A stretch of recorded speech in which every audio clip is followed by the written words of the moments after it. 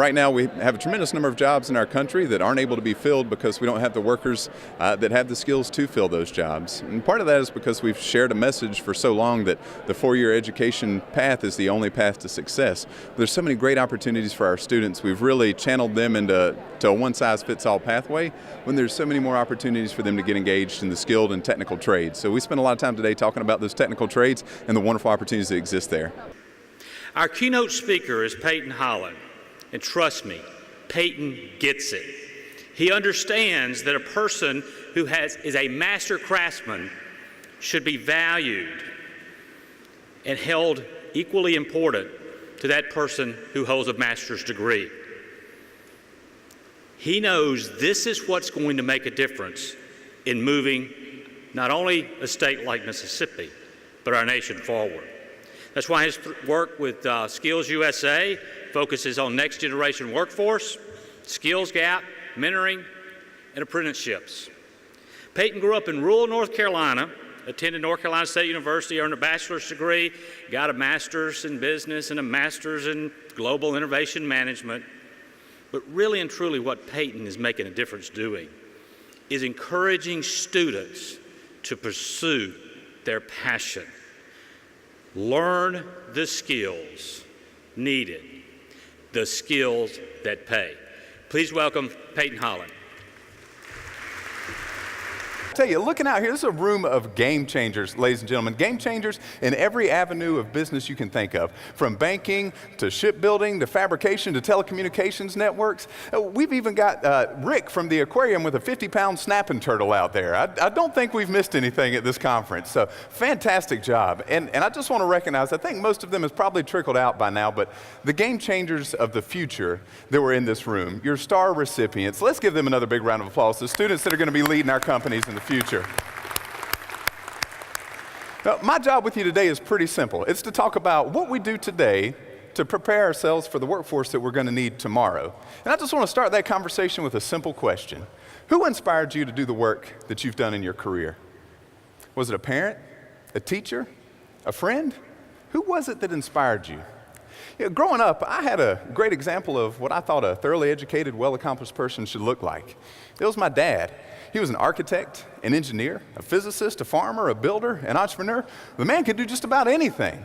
He even built his own house, designed it too. With his own two hands, he cut every board and drove every nail, before nail guns, by the way. He was the owner, the accountant, and mechanic of businesses that he built from the ground up. Businesses that for the last 50 years have provided for our family and given him the ability to do the work that he loves. You know, when I think about my dad, there was never a repairman on speed dial when we were growing up. He was always the help desk and the support technician. If something was broke, he fixed it. If he didn't have a tool to fix it, guess what? He made that tool. And I don't know if anybody in here is guilty of this. I know I am sometimes. When I open up something new to put together, first thing I say is, yeah, we really don't need those directions. And then about 10 minutes later, we're shuffling through those papers and cardboard trying to find those directions again, right? Anybody out there guilty? I see some wives pointing at folks right now, right? My dad, he never did want those directions because he wanted to take the time to understand how and why things fit together and work together the way they did. And that gave him the ability to create, to innovate. He could create things like this bowl right here, made out of black walnut. Now, how did he create something like this bowl? Well, he did it with a machine that looked a little something like this. Now, if I asked you what you could do with a pile of scrap metal, an old lawnmower motor, power takeoff drive shaft, and some random pulleys, you'd probably say, Peyton, sounds like a great load of things to take to the dump. I really doubt you'd say, Peyton, I think I'm going to build a machine that looks like it's about to hurl a large wooden block at my direction at a high rate of speed. My dad, given that same list of ingredients, saw the potential to create something that could create this bowl. Now, to build a machine like that, it would take a team of engineers, physicists, and mathematicians who would have to design it on some complex computer system. My dad, he walked out to that pile of scrap parts with a pencil and a piece of paper, and armed with his knowledge, his imagination, and his skill, he created that machine that created this bowl. He was the mathematician, he was the engineer, he was the physicist, and he was also the welder, the woodworker, and the mechanic. He did all of those things, and he was exceptional at every aspect of that. And get this, he was exceptional at all of those things with a high school diploma. Now you're probably thinking, wait a minute, you said he was an architect, he was an engineer, you gave me all these titles, all these things this man could do, and he's only got a high school diploma? How's that possible? It's actually pretty simple. You see, my dad for his entire life has been hungry to learn every single skill that he possibly could. And as a result of that, he's been able to overcome just about every challenge that's ever been thrown at him just because of his knowledge and his skill. And growing up, seeing that, man, I wanted to be like my dad. I wanted to be able to literally build my future with my own two hands. So I got really excited when I got the chance to go to high school and they had classes like masonry and carpentry and horticulture. I thought, yes, I'm finally going to get to learn and master the same skill sets that I've seen my dad showcase my entire life. But it didn't take long for me to realize, however, that the rest of society didn't necessarily share that same enthusiasm and excitement about those classes. You see, my fellow students and I, we've been told for years that you really need a 4-year degree if you want to be successful in life. Very rarely were we asked what we wanted to do when we graduated, but almost every single day we were asked, where do you want to go to college? That seemed to be the expectation. And that's not just unique for my generation. That's been going on for decades. You know, back in the 70s and 80s, somebody decided that we needed to tell every single student that you had to work smarter and not harder. And while there's nothing wrong with that message, great message, right? The problem is, over the years, that message has morphed into the infomercial that we hear today that says, the only path to success, respect, and a real education is a 4-year degree. Cue cheesy smile. Parents, open up your wallets. Thank you. Right? The only way to occupational success, the only pathway to financial reward is a 4-year degree. But as I look at the job market today, as I reflect back on what my dad's been able to do and being able to accomplish with a high school diploma, I realized that there's more to the story than one fairy tale ending that doesn't necessarily fit everyone anymore. As a matter of fact, I was having a conversation with an industrial contractor a little while back. He told me they're hungry for welders. They cannot find enough welders. And right now, if they can find a welder that has 3 certifications, which you can get in 2 years at a community college, by the way, they're paying those welders between $60,000 and $80,000 a year.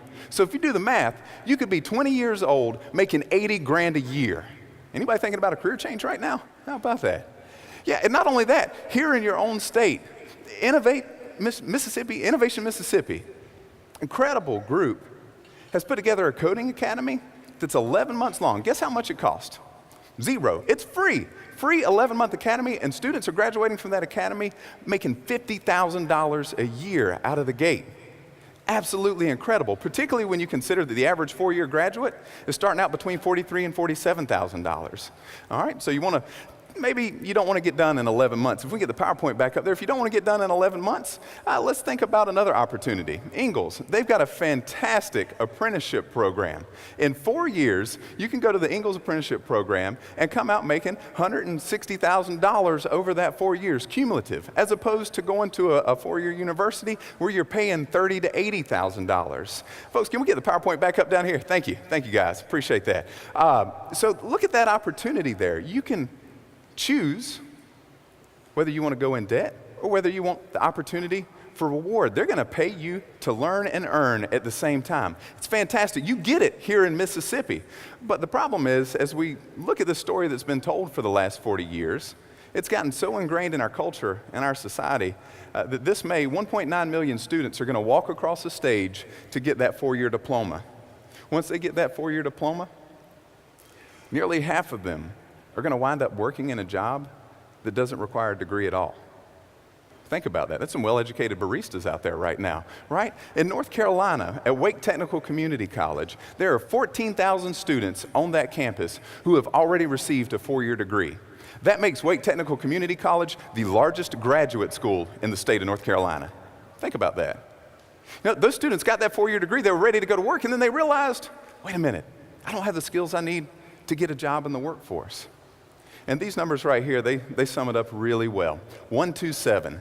For every one job that requires a master's degree or a PhD, there are 2 jobs that require a bachelor's degree, and there are 7 jobs that require advanced technical training, community college degree, or apprenticeship certificate. 127. So what do all these stats and figures tell us about the job market today? Well, it tells us that we've got a significant divide between the education that's being attained and the skills that are in demand in the workforce. And that divide is what we call the skills gap. And the skills gap impacts all of us. It affects everything that we do, from the cars that we drive, to the clothes that we wear, to the telecommunications networks we depend on, to hashtag skills gap, tweet that out later, thank you. All of that is dependent upon the cost and availability of skilled labor. Now, what is skilled labor? Someone with skill is a craftsperson. They've received specialized training and possess expertise in a specific technical area. That includes the masonry and concrete workers that poured the floor that our feet are resting on right now, the electricians that installed the lights that are allowing us to see, the telecommunications and data specialists that allow all this to be up on the screens behind us, the automotive technicians that make sure your cars are working, the HVAC technicians that make sure we're staying comfortable in this room right now. That's skilled labor. Skilled labor also includes the doctors that fix our body, the accountants that manage our books, and the engineers that design this building. All of that is skilled labor.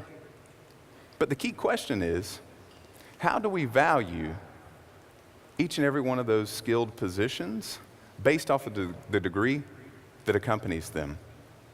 How do we value that? Think about this. Close your eyes for just a second. I know it's after lunch. Don't go to sleep on me, but close your eyes and picture yourself in beautiful downtown Jackson, Mississippi. All right? You come up, you're walking up to a big office building. Right in front of that office building is somebody dressed in a nice fancy suit, sharp-looking tie, talking on a cell phone. What assumptions do you make about that person, about how much money they make, about how well educated they are? How successful are they? Okay, you walk past that building, you hear some noise to the right, you look over, and you see somebody standing there in blue jeans, a flannel shirt. They've got a tool belt, a hard hat on, and some dirt on their clothes. What assumptions do you make about how well educated they are? Are they well paid? How successful are they? You can open your eyes now. Was there a difference in the perceptions of those two people? If you were given the choice, which one of the two would you choose to be? You know, earlier when I described my dad as an architect and an engineer and a physicist and then I told you he only had a high school diploma, did your perception of him change? So let's be honest with ourselves. There's a strong societal bias that determines what people think about certain occupations based off of the degree that accompanies that occupation. And it's having significant impacts in our schools and in our workforce today. Just a little while back, we had a prominent politician that visited one of the schools I work with in North Carolina. He wanted to meet some of the students that were getting ready to graduate. So the principal lined up 4 of them, and the politician came in and said, "All right, tell me what you want to do when you graduate." And the first one said, "Well, I want to go to the University of North Carolina, and I'm going to study journalism." All right, great. The second one, "I'm going to go to NC State. I'll be an engineer." The third one, "I'm going to Duke University, and I'm going to major in philosophy." And the fourth one just stood there and said, "Well, what do you want to do, son?" "I'm just going to the local community college." I said, "Great, what are you going to study there?" "Just heating, ventilation, and air conditioning." And the principal jumped in, "Quick, tell him why." "Well, I want to own my own HVAC business one day." This story that we've been telling for the last 40 years had made that student who was passionate about working with his hands, who had found what he loved to do, who was going to be an entrepreneur and create jobs in his community, jobs that would pay between $39,000 and $64,000 a year, by the way. This story that he had been hearing had told him that his occupation did not have the same value of that of his friends going to a 4-year institution. And ladies and gentlemen, that story that's been told is what's threatening our economy right now. That's just one student in one school. I had a conversation with a collision repair company. They're looking to grow their business all across the nation. And they said, "Peyton, we need help finding skilled workers because right now we've got 440 positions that we could fill, but we can't find the folks with the skills needed." Those 440 positions translate into $250 million of revenue that company is missing out on each year. Think about the economic impact in all those communities, $250 million spread out over that. And that's one company in one industry. When we look at it nationwide, Amy was talking earlier in the panel next door. Right now there's 6 million jobs that we can't find workers for. And 7 out of 10 of them are a result of the skills gap. And as we look at the future, you think about the retirement boom that is coming. That number is going to balloon to 10 million or more in the next couple of years. And ladies and gentlemen, that number is more than 1.9 million bachelor degrees are going to be able to fill. We've got to start changing how we think about education. And we've got to value the master's degree and the master craftsman on the same level. And I'm not here today to tell you not to go to a four-year university. I'm not saying that at all. I believe in a four-year education. Obviously, I've got a couple master's degrees myself. We need four-year universities. But as much as we need the skill sets that come with the four-year universities, we need the skill sets that come with skilled and technical trades, right? That come with an apprenticeship program, that come with a two-year community college, that come with on-the-job training. And I realized this early in life. And how many of you used to run around barefoot when you were little? Anybody? We're in Mississippi. We've got some country places out here. Good. I'm in good company. All right, so I used to run around barefoot. And I remember one day I was running around, and I got a piece of glass stuck in my foot. And so I went to my dad and was like, Dad, I need you to get this out for me. And I remember it like it was yesterday. He said, hang on a minute, son. We're going to operate. And he reached in his back pocket, and he pulled out a folding knife that when he unfolded it, it looked like a medieval sword, and it felt like one too, I'll tell you that much. And when he started digging in, I realized we have to have folks with four-year degrees and beyond. Those skill sets are absolutely critical. There is no doubt in my mind. We've got to have that. But as important as that is, we've got to have those technical skills that go along beside that accompany that.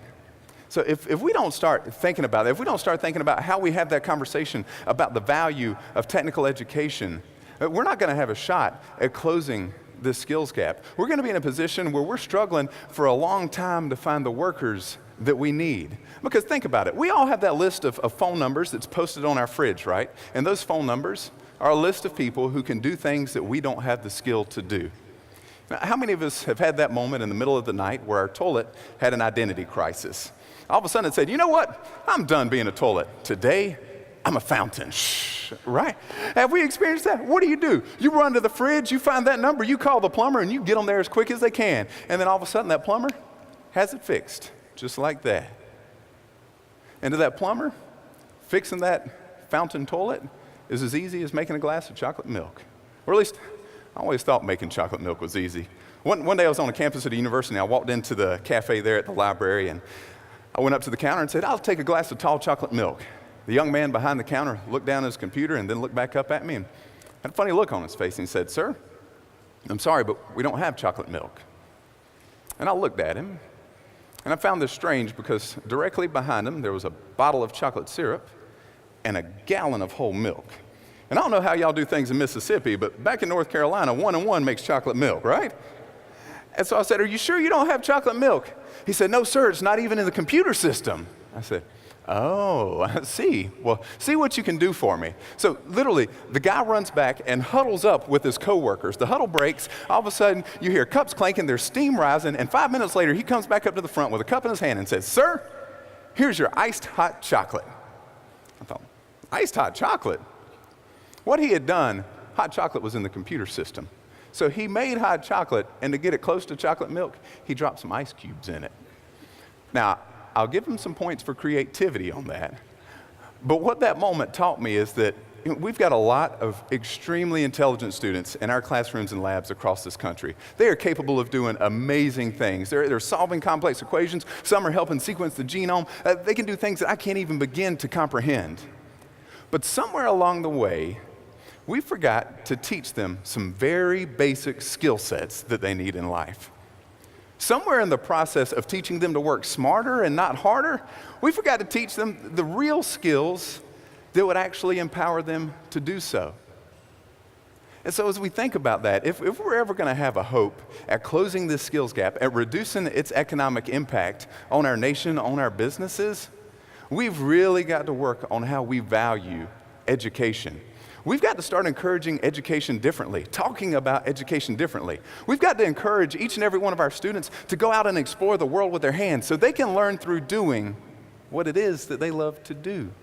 We've got to encourage our students to be like my dad, a student of life, hungry to learn, not just ingest information. We've got to redefine how we think about success. Is success being able to find a job that you love, where you can work with your hands or do whatever it is that you're passionate about every day?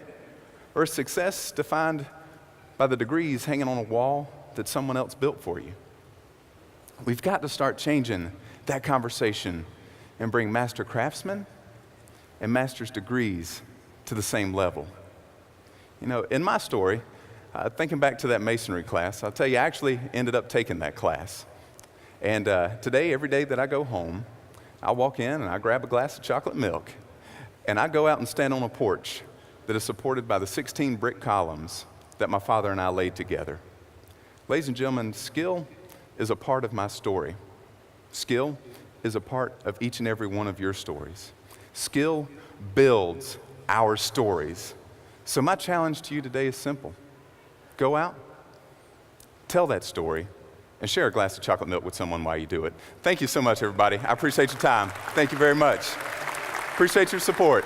Yeah, so we were talking about the skills gap. Right now we have a tremendous number of jobs in our country that aren't able to be filled because we don't have the workers that have the skills to fill those jobs. And part of that is because we've shared a message for so long that the four-year education path is the only path to success. There's so many great opportunities for our students. We've really channeled them into a one-size-fits-all pathway when there's so many more opportunities for them to get engaged in the skilled and technical trades. So we spent a lot of time today talking about those technical trades and the wonderful opportunities that exist there. What kind of progress is Mississippi making in this area? Yeah, Mississippi's doing a phenomenal job in this area. They found out about Innovate Mississippi, which has created these, sorry, let me start that one over. What kind of process, is it okay to start over on that? Okay, perfect. Is it, Innovation Mississippi, is that? Innovate Mississippi. Innovate Mississippi, that's what I thought it was. I got up there and I had a brain freeze. You know, Innovate Mississippi is doing a phenomenal job with their coding academy. Students are going through an 11-month program and graduating, making $50,000 a year. Mississippi understands the importance of the skilled and technical trades, and that we've got to start looking at our master craftsmen with the same level of respect that we look at a master's degree recipient.